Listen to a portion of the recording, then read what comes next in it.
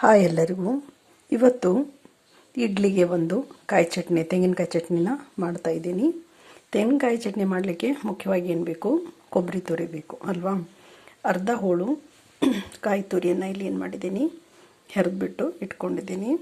ಮತ್ತು ಕರಿಬೇವಿದೆ, ಹಸಿಮೆಣಸಿನ್ಕಾಯಿ ಒಂದು 4 ಇದೆ, ಮತ್ತು ಕೊತ್ತಂಬರಿ ಕ್ಲೀನಾಗಿ ತೊಳೆದ್ಬಿಟ್ಟಿಟ್ಟಿದ್ದೀನಿ. ಇನ್ನು ಪುಟಾಣಿ 2 ಸ್ಪೂನ್ ಪುಟಾಣಿ ಇದೆ, ಶುಂಠಿ ಹೌದಾ, 1 ಇಂಚಷ್ಟು ಶುಂಠಿನ ಇಟ್ಟಿದ್ದೀನಿ. ಮತ್ತು ಬೆಳ್ಳುಳ್ಳಿ ಇದೆ ಹೌದಾ, ರುಚಿಗೆ ತಕ್ಕಷ್ಟು ಉಪ್ಪಿದೆ, ಮತ್ತು ಸ್ವಲ್ಪ ಹುಣಸೆಹಣ್ಣು, ಒಂದೇ ಚೂರು ಹುಣಸೆಹಣ್ಣನ್ನು ತೊಗೊಂಡಿದ್ದೀನಿ. ಆ್ಯಕ್ಚುಲಿ ನಾನು ಪ್ರತಿ ಸಲ ಹುಣಸೆಹಣ್ಣು ಹಾಕ್ತಿದ್ದಿಲ್ಲ, ನೋಡೋಣ ಸ್ವಲ್ಪ ಟೇಸ್ಟ್ ಡಿಫ್ರೆಂಟ್ ಇರುತ್ತೆ ಅಂಥೇಳಿ ಇವತ್ತು ಹುಣಸೆಹಣ್ಣನ್ನು ತೊಗೊಂಡಿದ್ದೀನಿ. ಮತ್ತು ಫ್ಲೇವರಿಗೆ ಅಂಥೇಳಿ ಒಂದಿಷ್ಟು ಏನಿದೆ, ಪುದೀನ ಇದೆ ಹೌದಾ.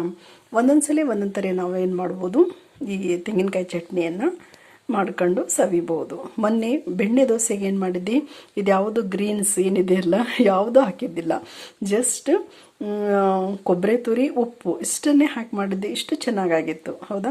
ಹೀಗೆ ಒಂದೊಂದು ಸಲ ಒಂದೊಂದು ಐಟಮ್ನ ಹಾಕಿ ಅದರ ಟೇಸ್ಟ್ ಯಾವ ಥರ ಇರುತ್ತೆ ಅಂತ ನೀವೇನು ಮಾಡ್ಬೋದು, ರುಚಿನ ನೋಡ್ಬೋದು. ಒಂದೊಂದು ಸಲ ಏನು ಮಾಡ್ಬೋದು, ಈ ಪುಟಾಣಿ ಬದಲಾಗಿ ಶೇಂಗಾ ಹುರಿದು ಹಾಕ್ಬೋದು.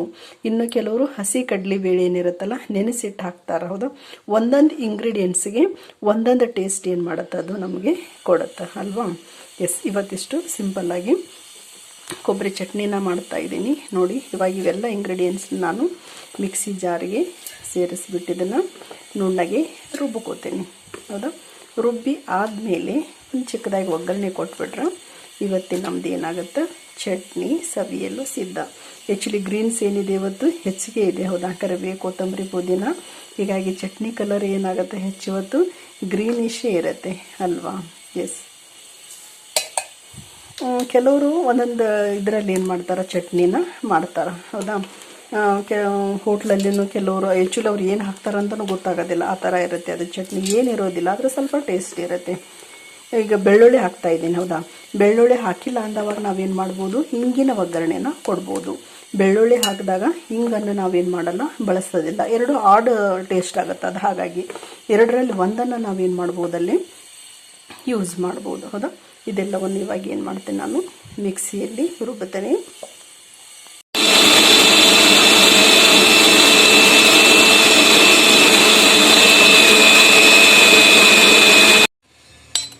ಅಗತ್ಯ ಇರುವಷ್ಟು ನೀರನ್ನು ಸೇರಿಸ್ಬಿಟ್ಟು ಇದನ್ನು ಮಿಕ್ಸಿ ಜಾರಲ್ಲಿ ಏನು ಮಾಡಿದ್ದೀನಿ, ಈಗ ನುಣ್ಣಗೆ ರುಬ್ಕೊಂಡ್ಬಂದಿದ್ದೀನಿ. ಲಾಸ್ಟ್ ಸ್ಟೆಪ್ಪಲ್ಲಿ ಒಂದೇನು ಮಾಡೋಣ, ಚಿಕ್ಕದಾಗಿ ಒಗ್ಗರಣೆ ಕೊಡೋಣ ನೋಡಿ. ಒಗ್ಗರಣೆಗೆ ಗ್ಯಾಸ್ ಮೇಲೆ ಎಣ್ಣೆನ ಕಾಯಲಿಕ್ಕೆ ಇಟ್ಟಿದ್ದೀನಿ, ಅರ್ಧ ಸ್ಪೂನ್ ಅಷ್ಟೇ. ಎಣ್ಣೆ ಚೆನ್ನಾಗಿ ಕಾದ ಮೇಲೆ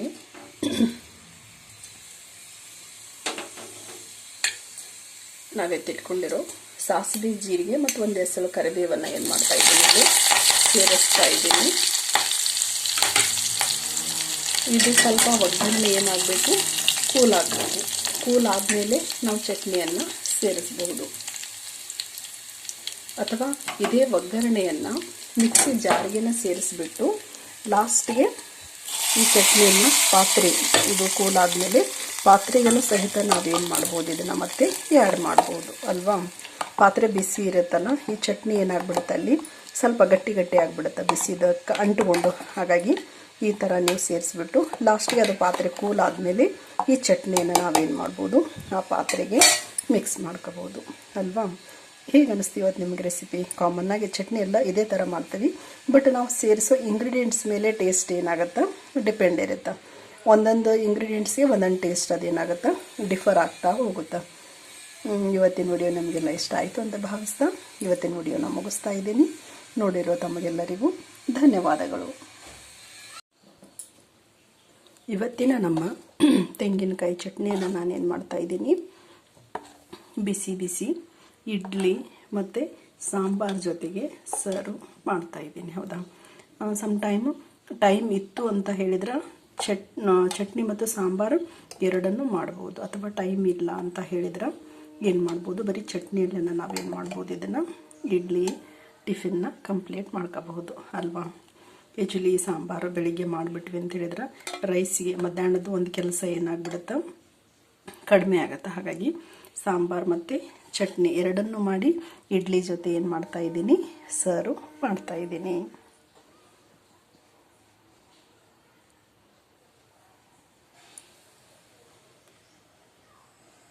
Thank you.